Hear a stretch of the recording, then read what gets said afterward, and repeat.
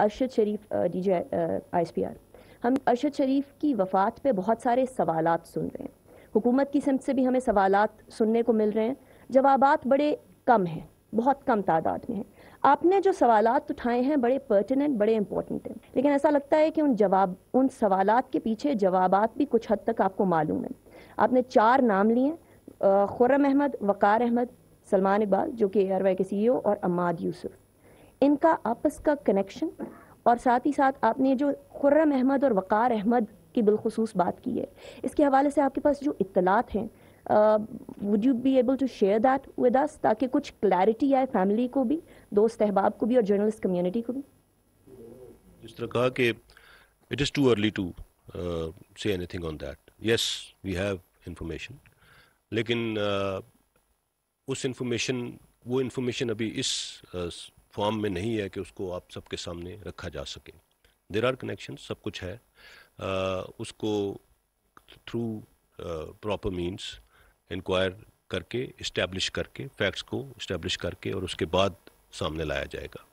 اسی لیے میں نے کہا کہ اب تک کی جو انفارمیشن ہمارے پاس آئی ہے، اور جن کو ہم بڑے وثوق کے ساتھ جو چیز آپ کے ساتھ شیئر کر سکتے تھے، ابھی ہم نے وہ شیئر کی ہے۔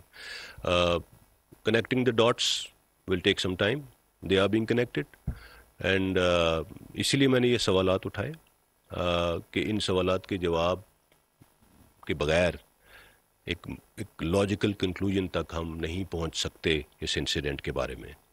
And that is all I would like to say right now.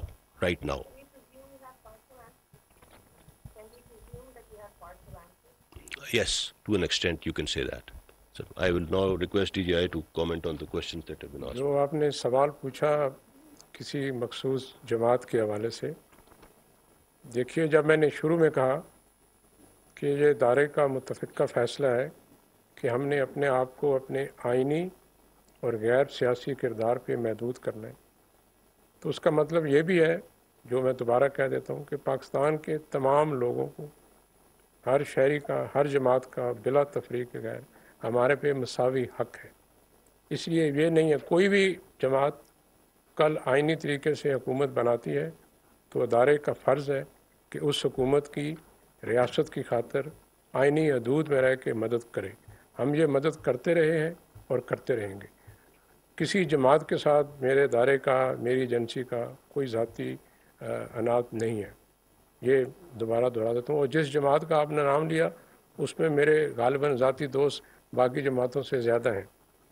جو آپ نے بات کی میٹنگز کی، دیکھیے وہ میٹنگز ہوئیں، اس میٹنگ میں جو ہمارا مشورہ تھا، جو ہمارا بیانیہ تھا، جو بات ہم نے کہی وہ یہی تھی کہ آپ نے جو کرنا ہے پاکستان کے آئین اور قانون کے تحت رہ کے کریں۔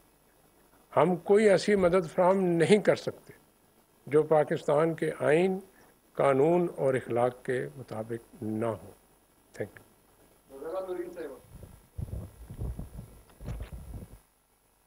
السلام علیکم سر، غزالہ نورین، سنو ٹی وی سے۔ سب سے پہلے تو سر آپ نے 2 دفعہ ذکر